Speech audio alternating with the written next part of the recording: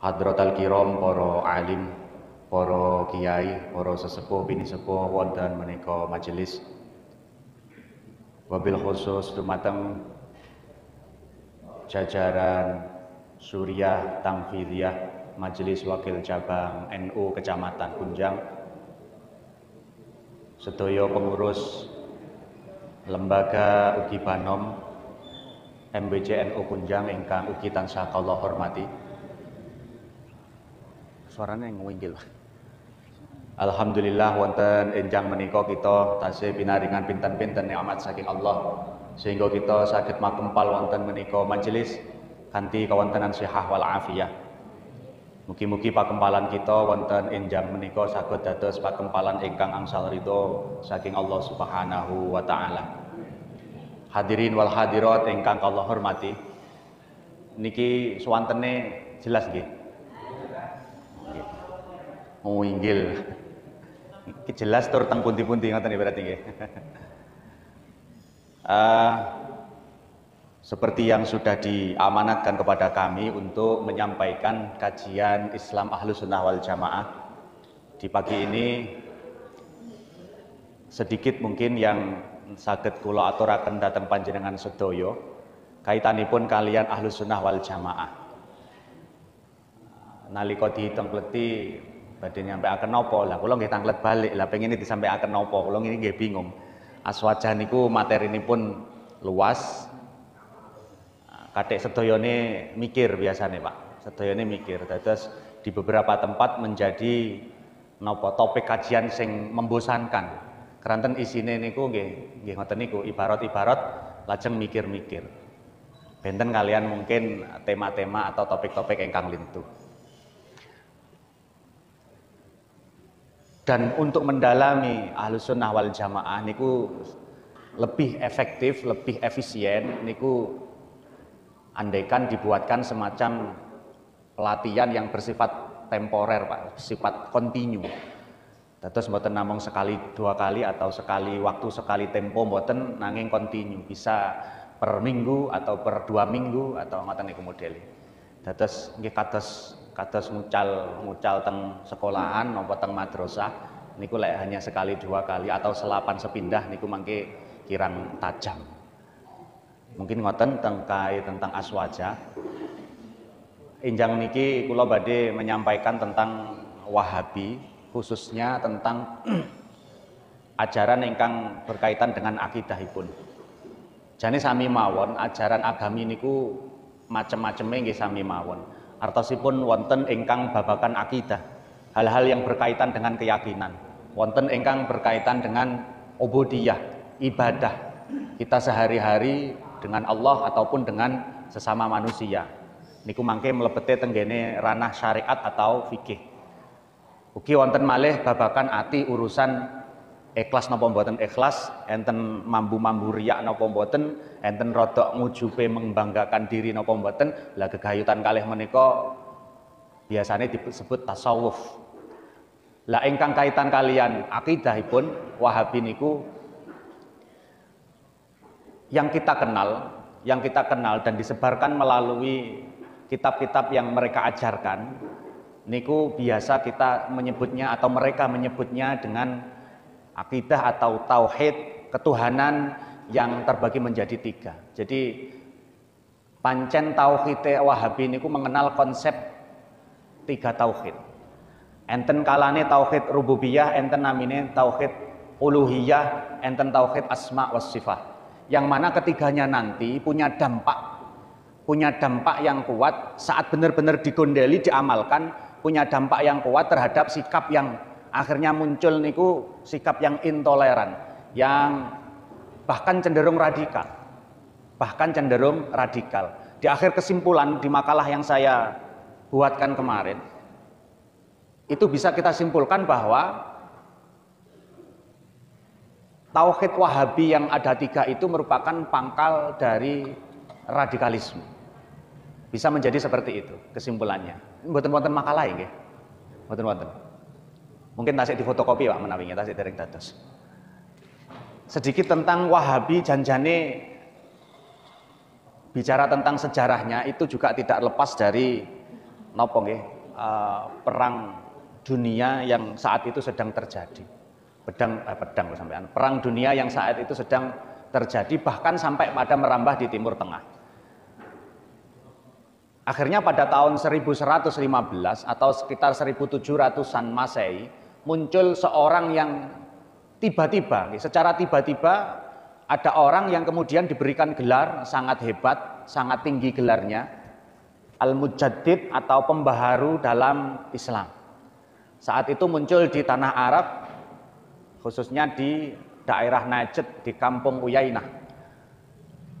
Dan ternyata kemunculan si tokoh baru ini, tokoh pembaharu yang baru ini by design, Pak. Didesain memang di skenario, dimunculkan menurut sejarah yang tercatat. Yaitu ada seorang intelijen dari negara Inggris namanya Geoffrey Hamford yang saat itu memang ditugasi untuk awalnya menyelidiki siapa si Muhammad bin Abdul Wahab ini, bagaimana pemikiran-pemikirannya, dan kira-kira bisa ada peluang atau tidak pemikirannya ini untuk dikembangkan sehingga untuk dijadikan sebagai mungkin sebuah senjata untuk mengadu sesama muslim. Akhirnya setelah didekati dan dipelajari bagaimana si Muhammad bin Abdul Wahab, si Geoffrey Hamford ini menyimpulkan bahwa pemikiran-pemikiran yang diutarakan oleh Muhammad bin Abdul Wahab ini punya potensi untuk dijadikan sebagai senjata merusak umat Islam itu sendiri, mengadu sesama muslim itu sendiri. Loh kok bisa? Ternyata ajaran yang disampaikan oleh Muhammad bin Abdul Wahab itu memang ajaran yang pada hasil kesimpulannya itu harus menyalahkan kelompok lain, mensesatkan kelompok lain, bahkan mengkufurkan kelompok lain. Sehingga kalau sudah sampai pada taraf sesat atau kufur, itu wajib untuk diperangi. Bahkan memerangi muslim yang kufur, muslim yang melakukan kegiatan-kegiatan yang sesat, itu lebih mulia membunuhnya daripada membunuh non-muslim yang memang bukan Islam. Karena dianggap umat Islam yang melakukan kegiatan yang menurut mereka ini sesat, bahkan sampai pada kufur, ini punya peran besar untuk merusak agama Islam menurut mereka. Sehingga lebih wajib untuk memerangi orang-orang yang semacam ini. Hasil kesimpulan dari doktrin atau ajaran bin Abdul Wahab itu tadi. Terus yang memunculkan tokoh ini, Wahabi itu diawali oleh pemikiran orang yang namanya Muhammad bin Abdul Wahab saat itu di abad ke-17 Masehi. Walaupun sebenarnya beberapa pemikirannya sebagian besar itu mengekor pada pemikiran Ibnu Taimiyah yang lahir di abad ke-7 Hijriah, sekitar 700-an Hijriah. Nah, setelah kira-kira Najd ini dikuasai oleh orang-orang yang mempunyai akidah yang seperti ini.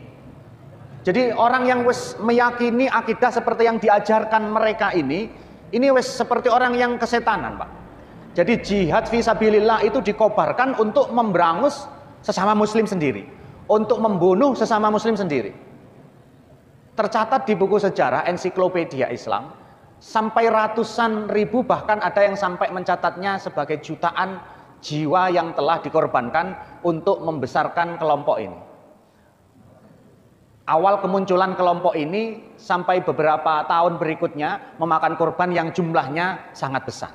Korban dari umat Islam sendiri. Korban dari umat Islam sendiri yang dituduh melakukan hal-hal yang kufur, hal-hal yang syirik, hal-hal yang berbau khurafat. Sehingga harus dibunuh. Jika tidak dibunuh, merusak agama, menurut mereka ngoten. Maka kita nanti akan mempelajari, akan membicarakan tentang sebenarnya bagaimana doktrin mereka itu. Ajaran mereka itu bagaimana sehingga sampai pada kesimpulan umat Islam yang lain harus dibunuh.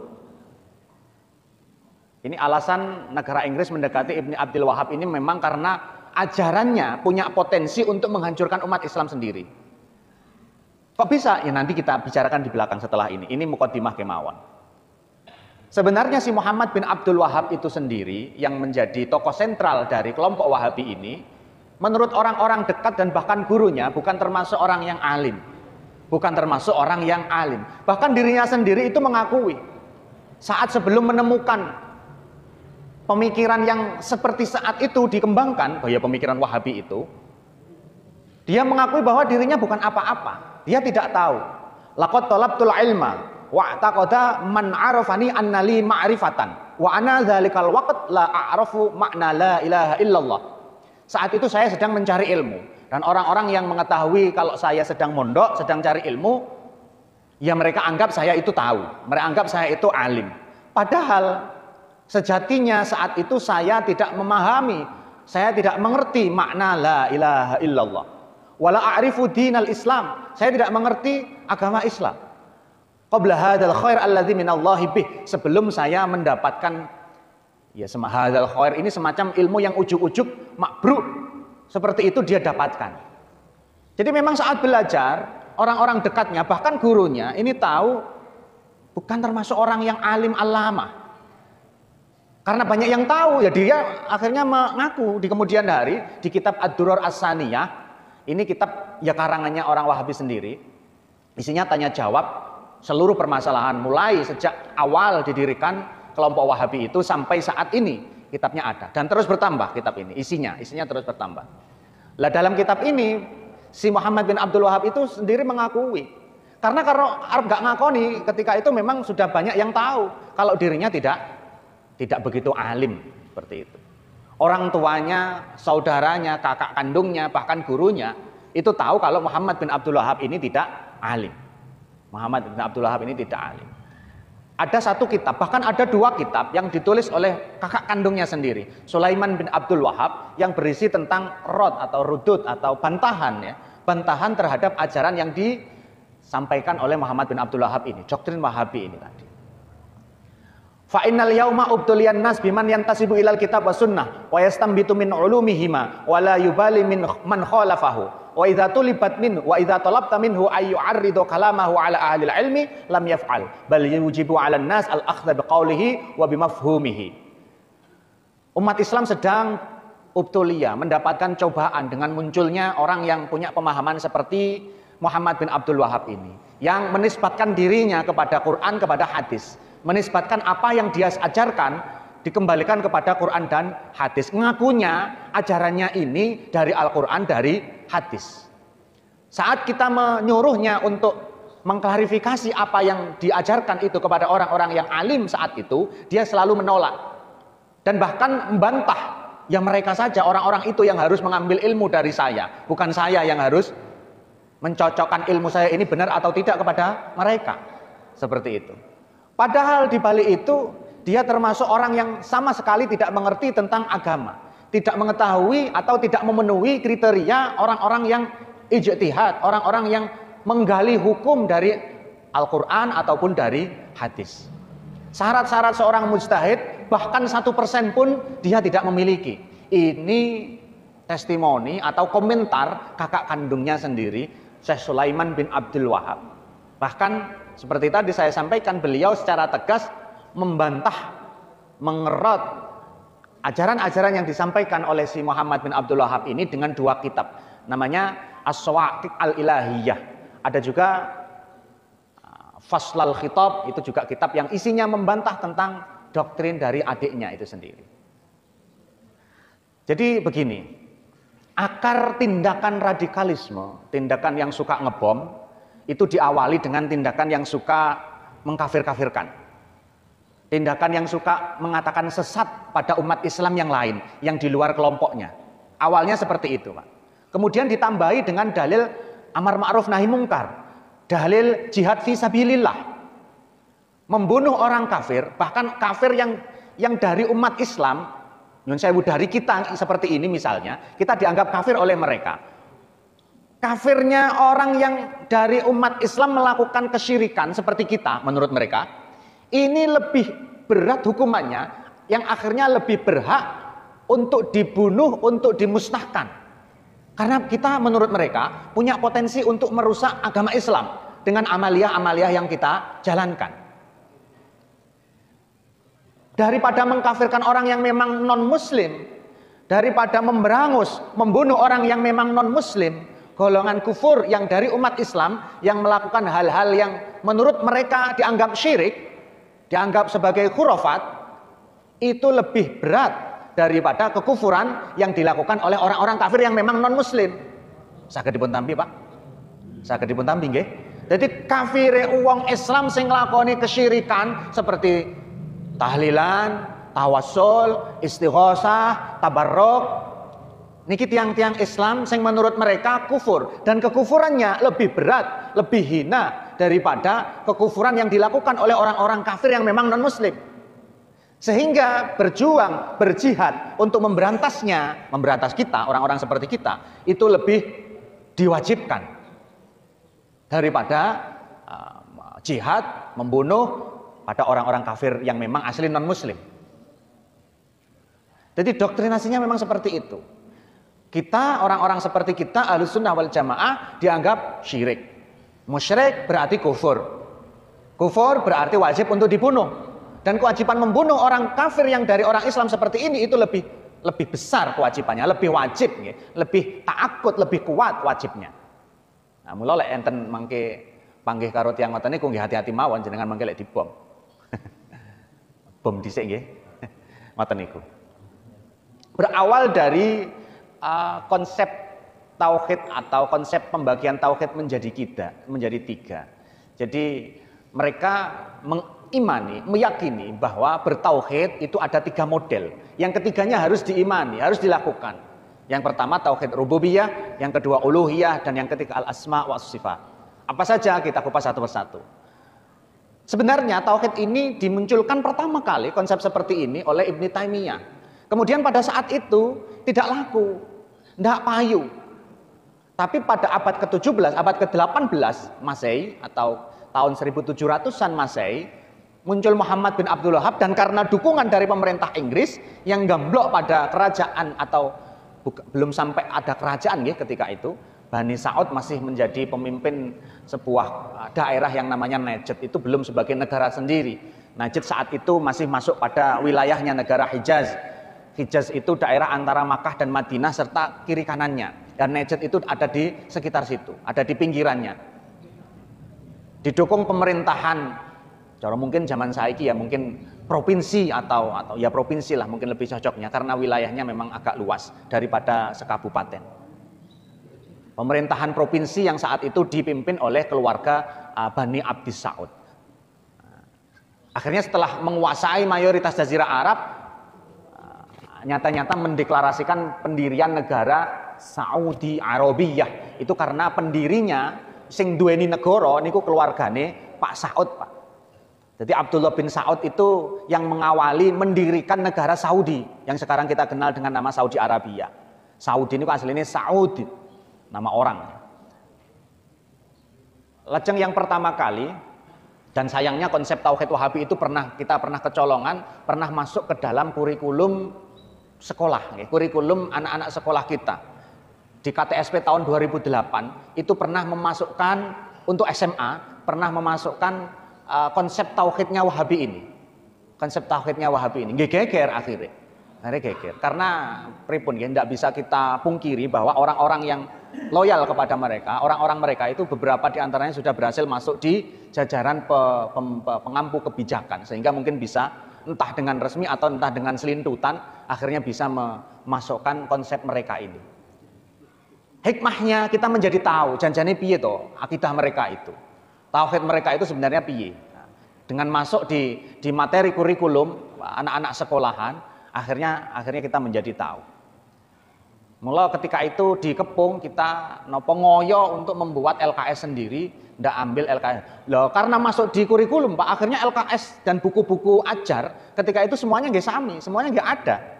Di buku akidah akhlak itu konsep tauhid rububiyah, uluhiyah, asma wa sifat itu semuanya ada. Sempat heboh dulunya memang. Cuman ya ndak lama akhirnya berhasil direvisi, diganti, dan untuk menjaga nih hal-hal yang seperti ini itu kita di Kepung membuat LKS. MWC NO Kecamatan Kepung membuat LKS untuk anak-anak sekolah mulai dari MI sampai tingkatan MA. Nah, ini rotok promosi Pak niki Pak. Karena memang ada Pak, artinya nyun sewu, saya sendiri juga masih juga aktif di dunia pendidikan, sehingga saya sedikit banyak juga membuka isi LKS itu sampai sekarang. Dan sampai sekarang masih ada selipan-selipan sedikit-sedikit ajaran dari mereka. Pramila lek NU mboten damel piyambak, kunjang saya dukung untuk mewujudkan. Kathah tiyang ngalim teng kunjang niku. Namung kantun kober napa mboten ngoten lho. Sampun nggih. Yang pertama ngeten. Mengesakan Allah, tauhid niku kan mengesakan, nyuwijekake Gusti Allah. Sing kemudian disifati dengan sifat rububiyah. Artosipun pripun? Artinya mengesakan Allah dengan hanya benar-benar menyendirikan Allah dalam hal penciptaan, penguasaan, pemeliharaan. Ifradullahi azza wa jalla bil khalqi wal mulki wat tadbir. Mengesakan Allah dalam artinya hanya Allah yang menciptakan. Meyakini bahwa hanya Allah yang menciptakan, hanya Allah yang menguasai, hanya Allah yang maha mengatur. Sama sekali tidak menganggap satupun dari makhluk dari selain Allah bisa menciptakan, bisa menguasai alam semesta ini, bisa mengatur alam semesta ini. Jadi ini lek dipikir-pikir nggih mboten patek beta to nggih kalih kita nggih. Kita nggih meyakini sing nyiptakne segala sesuatu niku nggih mung Gusti Allah. Nyiptakne urip, nyiptakne mati, nyiptakne ngobonge geni marang barang, marang kertas, marang kayu garing niku nggih Gusti Allah. Cuman titik tekannya pada tauhid rububiyah ini adalah letaknya pada ifradullah begitu saja.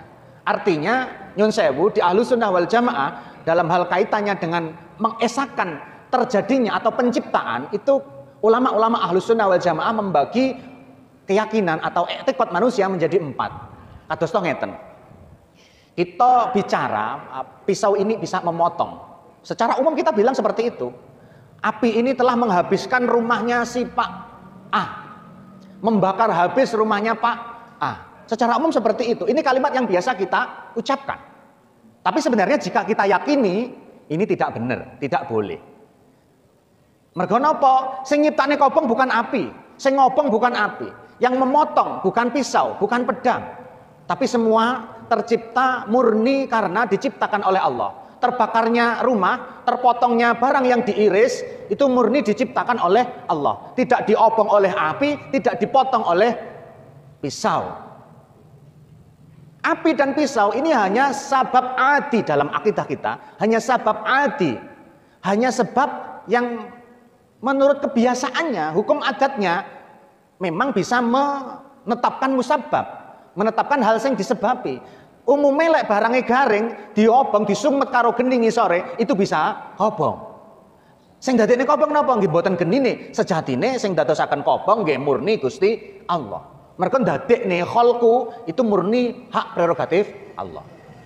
Sing dadek buktine napa? Kita tahu cerita Nabi Ibrahim yang diobong mboten kobong. Nggih, kita tahu cerita Nabi Ibrahim yang diobong mboten kobong. Kita tahu cerita para kiai-kiai sepuh kita yang diiris, disembelih, bahkan dicacah, tidak tedas. Karena yang menciptakan memotong, itu bukan landepe lading, bukan. Bukan karena tajamnya pedang, bukan. Yang menciptakan motong, terpotong, tugel, itu ya murni Allah. Ini harus kita yakini. Buktinya apa? Jenengan sing jaduk-jaduk dibacok mboten tugel. Lho lak nggih to nggih. Berarti sing nyiptakne sing dadekne tugel niku sanes landepe lading, landepe pedang. Tapi murni itu memang diciptakan oleh Allah. Wa khalaqa kulla syai' dalilnya. Dalam Quran, wa khalaqa itu menciptakan. Syai' itu segala sesuatu, ditambahi kul pisan. Nek miturut ilmu mantek, kulnya itu kullu kulliyah. Kullu kulliyah niku berarti wis mboten enten liyane blas sing medal. Artinya memang Allah yang menciptakan segala sesuatu, baik buruk semuanya Allah. Secara hakikat seperti itu. Cuman dalam bahasa sehari-hari kita menggunakan sabab adi itu tadi. Bahkan ini oleh ulama Ahlussunnah wal Jamaah dibagi menjadi 4. Lah pembagian-pembagian yang seperti ini, akidah-akidah yang seperti ini tidak dilakukan oleh Wahabi. Tujuan mereka nopo? Mengesahkan, menyendirikan hanya Allah yang menciptakan, hanya Allah yang mengatur, hanya Allah yang memelihara. Itu bertujuan untuk menyesatkan, untuk mengkufurkan orang-orang yang melakukan hal-hal yang tampaknya mirip dengan memohon kepada selain Allah. Meminta sesuatu kepada selain Allah. Jane iki mung pendalan, Pak. Mung ribonan. Tujuan mereka bukan ini sebenarnya. Tujuan mereka menyebarkan tauhid ini sebenarnya ngeribon penggawean-penggawean umat Islam yang terkesan meminta sesuatu pada selain Allah, sehingga oleh mereka diarani wong sing njaluk nang liyane Gusti Allah iki berarti nganggep utawa duweni keyakinan bilih lintune Gusti Allah saged menciptakan sesuatu. Bilih para wali, para nabi bisa menciptakan sesuatu, bisa menolong, bisa memberi syafaat nanti di hari kiamat, bisa menolong, bisa mengabulkan hajat. Ribonane niku Pak tujuannya. Pripun? Bulet napa bulet? Pol bulet nggih. Pol bulet. Terus janjane sami mboten patek nemen-nemen janjane bedane. Di kita juga menyisakan Gusti Allah. Kita juga meyakini lek menciptakan segala sesuatu Gusti Allah. Tapi ini didesain, konsep tauhid ini didesain mung untuk bahasane wong kepung niku ribonane, pendalane niku lho nggih. Mriki lak nggih sami mawon to kira-kira kita. Pendalane niku ben iso ngufurne, ben iso nyesatne pelaku-pelaku sing menurut mereka ini pengaplikasian dari keyakinan bahwa selain Allah bisa menciptakan. Pelaku tawassul, pelaku istighosah, panjenengan isu-isu wis istighosah. Jadi di dalam teks-teksnya tawassul dan istighosah niku kan enten redaksi sing koyok-koyok kita njaluk kepada selain Gusti Allah. Gitu nggih. Sing pundi, Pak? Sing pundi, Pak? Ya Syekh Abdul Qadir Al-Jilani aghithni niku enten nggih bahasa. Atau yang di istighosah niku lho. Adrikni ya Rasulullah niku ngajenge pripun? Adrikni ya Rasulullah. Wah, kula nggih mireng, kula nggih tumut kok. Ngajenge pripun ngajenge? Qad hilati adrikni ya Rasulullah. Lah niku bahasane niku miturut mereka nyuwun tenggene Kanjeng Nabi. Qad hilati, teman-teman rupek peluangku. Mergo kula niki asor, tiyang ingkang kata dosa. Adrikni mongko petukno, artinya petukno niku kabulkan ya Rasulullah napa ingkang dados hajatku. Lho ngoten Pak arti lafdhiyahipun. Janjane tenggene istighosah mulakno dinameni diparingi jeneng istighosah. Bacaan-bacaan niku sedaya diarani istighosah. Mergo napa? Istighosah niku maknane amrih pitulung. Memohon pertolongan. Memohon pertolongan melalui perantara. Perantara itu bisa nabi, bisa para wali, bisa orang-orang solih. Perantara berupa amal solih juga bisa. Amal-amal solih yang sudah kita lakukan. Amal solihnya para nabi, para wali. Dengan memandang kebaikan amal soleh yang sudah dilakukan oleh para nabi, oleh para wali, kita memohon sesuatu kepada Allah melalui perantara ini tadi, nabi atau amal solihnya para nabi, para wali. Itu namanya istighosah. Pelaku seperti ini, amalan seperti ini oleh mereka dengan menggunakan tauhid rububiyah, itu kita dianggap memiliki keyakinan bahwa Kanjeng Rasul, Kanjeng Nabi Muhammad sallallahu alaihi wasallam bisa menciptakan terwujudnya, terkabulnya doa. Padahal mboten ngoten. Mboten ngoten. Yang benar bagaimana istighosah itu Nabi, Rasul, wali, orang-orang solih itu kita jadikan sebagai perantara doa kita kepada Allah. Doa kita kepada Allah dengan menyebut para wali, para rasul, para nabi, para salihin ini lebih bisa untuk nopo? Cara tekone pos niku luwih cepet, Pak. Nek lewat Pak Pos mawon atau lewat bose Pak Pos niku kira-kira luwih cepet lewat bose Pak Pos. Amargi memang pun roh nggone, roh dalane. Kasare tembung biasanya kiai-kiai kita seperti itu dalam jlentrehnone. Dan ini ada tuntunannya. Nabi memberikan redaksi, memberikan tuntunan cara berdoa menggunakan lafaz istighosah seperti itu. Inna atawajjahu ilaika binabiyyika Mustafa. Sami. Dan ini diterapkan oleh para sahabat. Dipraktekkan oleh para sahabat. Di hadis-hadis itu banyak.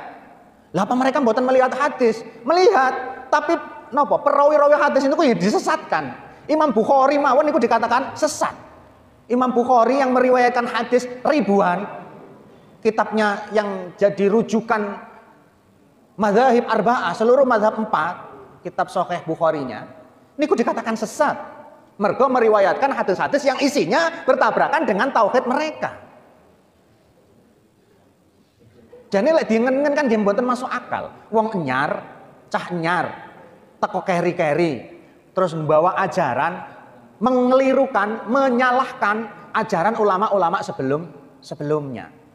Bahkan sekelas Imam Bukhari, bahkan sekelas sahabat Bilal bin Haris niku disesatkan, bahkan dikufurkan. Teksnya jelas di kitab mereka. Niki kula mboten ngomong klobot. Jadi untuk melegalkan napa nggih?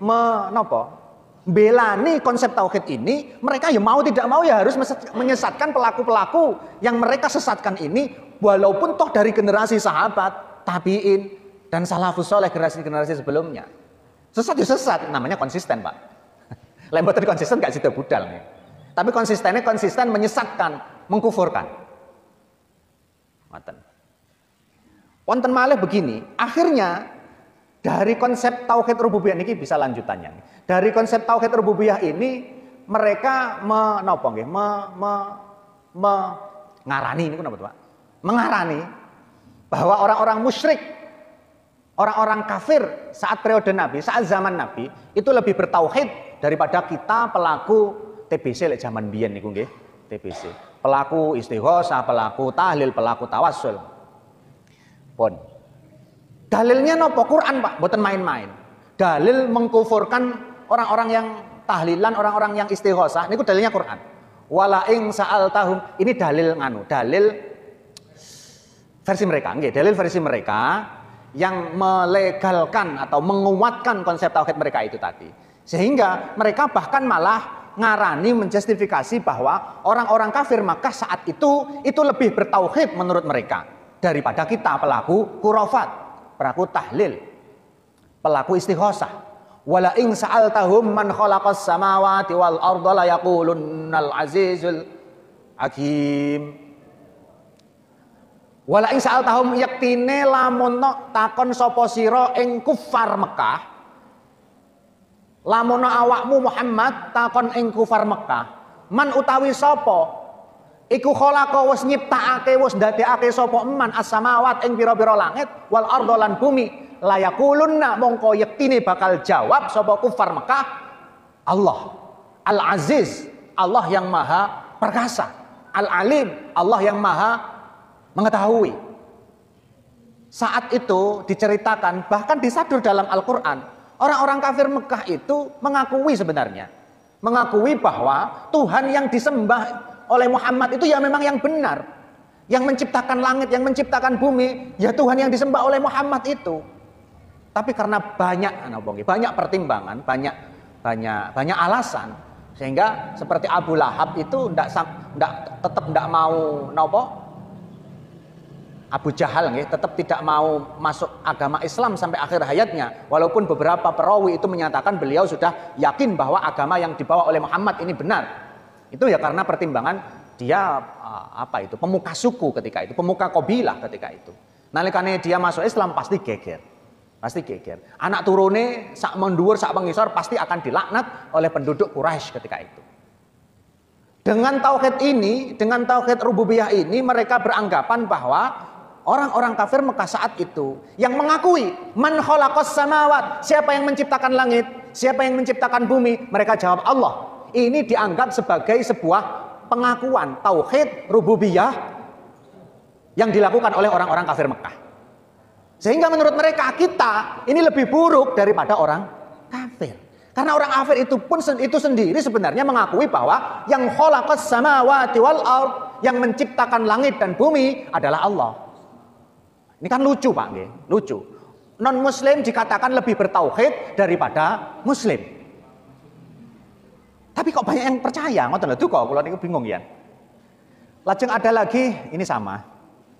Orang-orang yang bertauhid rububiyah ini atau salah. Orang-orang musyrik itu dikatakan lebih bertauhid rububiyah daripada pelaku khurafat, pelaku istighosah, pelaku pencari tabarruk, pencari barokah, pencari syafaat para nabi.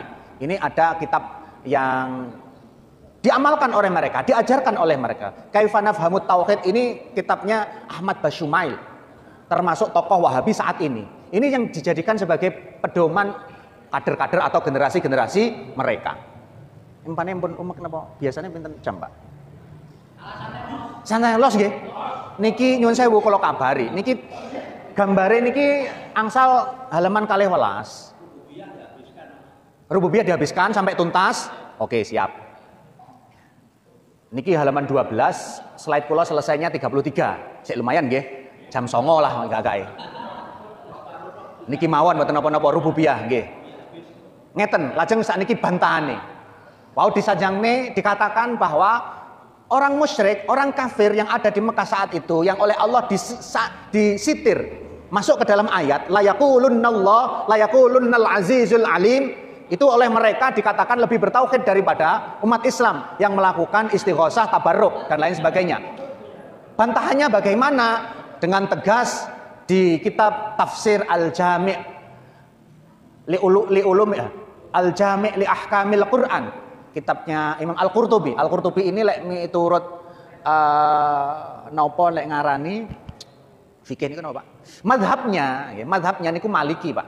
Cuman tafsirnya sering dijadikan rujukan oleh mazhab-mazhab Syafi'i. Dan itu tidak masalah, ya, tidak masalah. Yang penting masih dalam batas mazhab 4 itu masih masuk. Janjane kula membuat makalah Pak. Kula membuat makalah nggih lumayan lah, tulisan penjelasan. Nggih kula sampaikan teng ketua. Kula kinten di event niki panjenengan nyimak. Ngoten lho. Sampun share WA nggih. Nggih saged mangke. Oh sampun. Oh ngoten. Dados kan saged kalih diwaos kalih nyimak atau sebelumnya diwaos mungkin enten sing rada-rada mboten bulet nggih bahasane bulet, bahasa ketikan kula bulet saged dipun tangkletaken. Dateng WA Pak. Nah, saniki pun radi canggih jebule nggih. Mboten difotokopi, mboten di anu tapi diwaos teng ngene HP niku nggih. Sampun ngeten. Jadi tadi dengan ayat la yaqulunnal azizul alim, mereka mengklaim bahwa kufar Mekah lebih bertauhid daripada orang-orang Islam yang mengamalkan tabarruk, tawassul dan istighosah. Ini ada tafsiran dari Imam Al-Qurtubi, kitab tafsirnya Imam Al-Qurtubi. Di ayat yang lain yang redaksinya mirip, hampir sama, itu ada tambahannya ayatnya. Wala in sa'altahum man khalaqas samawati wal ard wa sakhkhara asy-syamsa wal qamara la yaqulunnallah fa anna yufakun. Ada tambahan ayatnya seperti itu. Sama toh nggih, redaksinya mirip toh, tapi mafhumnya kan sama. Ayat ini menceritakan saat Nabi Muhammad, jika kamu menanyakan kepada orang-orang kafir ketika itu, siapa yang menciptakan langit, siapa yang menciptakan bumi, siapa yang mengatur peredaran matahari, peredaran bulan, pasti mereka akan menjawab Allah. La yaqulunnallah. Kemudian ada imbuannya di ayat ini. Ayatnya beda dengan yang tadi Pak, suratnya beda. Cuman isinya sama, dan yang di ayat ini ada imbuannya. La yaqulunnallah fa anna yufakun. Ini tafsirannya ay kaifa yakfuruna bi tauhidi wa yanqalibuna an ibadati. Fa anna niku lek maknane fa anna mongko hale ya apa? Annanya anna yang istifham niku. Fa anna mongko hale ya apa? Tuk fakun. Den apa? Niki lho diungkuri, den ungkuri iku kabeh. Artinya itu semua bagaimana kok sampai diingkari? Ini oleh Al-Qurtubi ditafsiri dengan kaifa yakfuruna wa yanqalibuna. Kaifa yakfur. Terus piye? Mereka sudah mengakui, sudah ngomong bahwa yang menciptakan langit bumi dan mengatur peredaran matahari dan bulan itu Allah. Lah tapi kok terus mereka tetap mengkufuri? Ini artinya mereka kafir nopo iman? Kaifa yakfuruna? Yakfuruna ini berarti kafir. Orang kafir itu ya tidak bertauhid, tidak iman. Mereka membenarkan, tapi kalau dalam hatinya tidak meyakini dan tidak melafalkan dengan 2 kalimat syahadah, tetap mereka dimasukkan pada grupnya kafirin.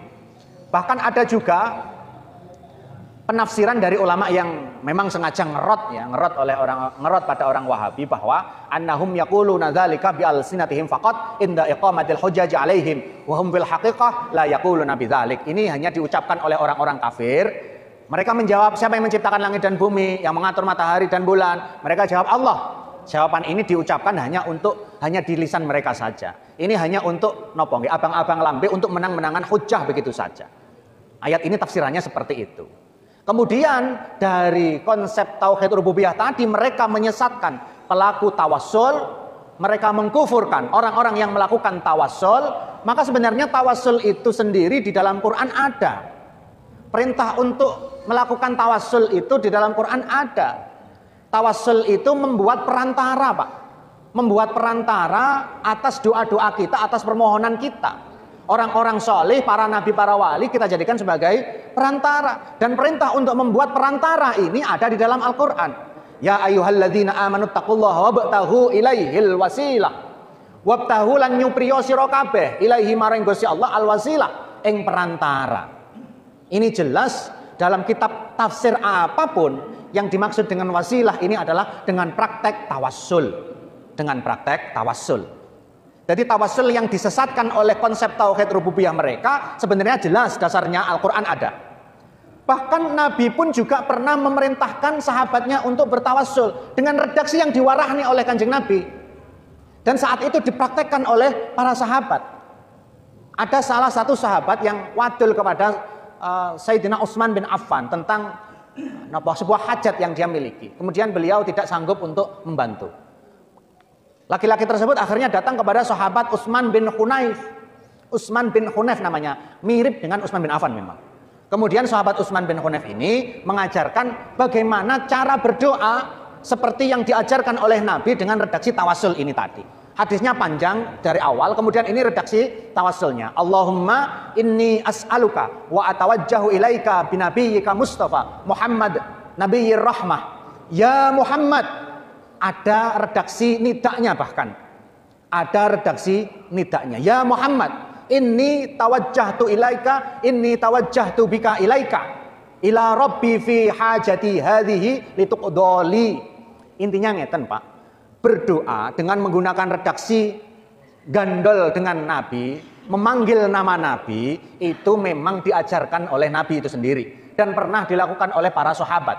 Sahabat Umar bin Khattab saat menjadi khalifah terjadi paceklik, kohten itu paceklik panjang. Akhirnya melakukan sholat istisqa beberapa kali tidak hasil-hasil, tetap tidak hujan-hujan. Sampai di akhir melakukan sholat istisqa, kemudian berdoa dengan bertawassul. Doanya diembel-embeli redaksi tawassul, memanggil, bahkan yang digunakan untuk tawassul bukan nabi, bukan wali, tapi paman Nabi, Ibni Abbas ketika itu. Pak Abbas yang merupakan paman Nabi yang di akhir-akhir masuk Islam, karena dianggap orang yang jasanya besar kepada umat Islam, kepada perjuangan agama Islam, akhirnya beliau dianggap mewakili Nabi. Dipanggil namanya, dijadikan sebagai mutawassal behnya. Pun intinya konsep tauhid mereka itu sebenarnya dibuat-buat. Konsep tauhid yang janjane wis enek di sejak abad ke-7 Hijriah, saatnya Ibnu Taimiyah di tahun 700-an Hijriah itu sudah pernah disampaikan. Tapi tidak payu ketika itu. Dan tidak ada umat Islam yang kena dihapusi ketika itu. Akhirnya di keri-keri ini tahun 1100 Hijriah atau 1700-an Masehi, konsep tauhid 3 ini diadopsi kembali oleh Muhammad bin Abdul Wahab, dipromosikan kembali. Didukung oleh pemerintah Inggris ketika itu, didukung oleh pemerintah Bani Saud ketika itu, akhirnya diterima malahan oleh orang-orang Arab, orang-orang Najd saat itu. Dan dipaksakan untuk diakui oleh umat Islam yang lain. Kalau tidak, dibunuh. Dibunuh, Pak. Seruan itu ada, seruan itu tercatat di kitab-kitab mereka. Sebentar. Jadi sebenarnya ini akar atau pangkal atau sumber dari tindakan radikalisme yang terjadi di dunia ini. Di antaranya konsep tauhid 3 ini tadi. Selain itu ada beberapa lagi. Ada beberapa lagi saya cuplikkan, nanti bisa di copy lagi nggih. Beberapa doktrin sesatnya Wahabi lagi yang tidak bisa saya tuliskan di makalah. Tidak bisa saya redaksikan dengan panjang-panjang, ditampilkan kitab-kitabnya seperti di awal. Itu saya tulis secara kasaran begitu saja. Ada sekitar sampai 21 ya. Nah, sampai ada ya begitulah, ngoten lah. Niki mangke menawi saged dikopi, saged disimpan, nggih mboten disimpan mawon janjane nggih dipelajari. Lano dari awal saya sampaikan bahwa materi aswaja itu berat. Materi yang mikir. Jadi kalau tidak didasari, diawali dengan rasa pengen yang kuat, rasa senang dulu yang besar, angel. Artinya berat. Satu materi saja sampun kesel, sampun payah pikiran kita. Tapi bahkan intinya seperti itulah. Intinya seperti itu. Awal hingga akhir nyuwun pangapunten, mboten enten saya tanya jawab nggih. Mboten. Nyuwun pangapunten sedaya kekirangan, wallahul muwaffiq ila aqwamit thoriq. Wassalamualaikum warahmatullahi wabarakatuh.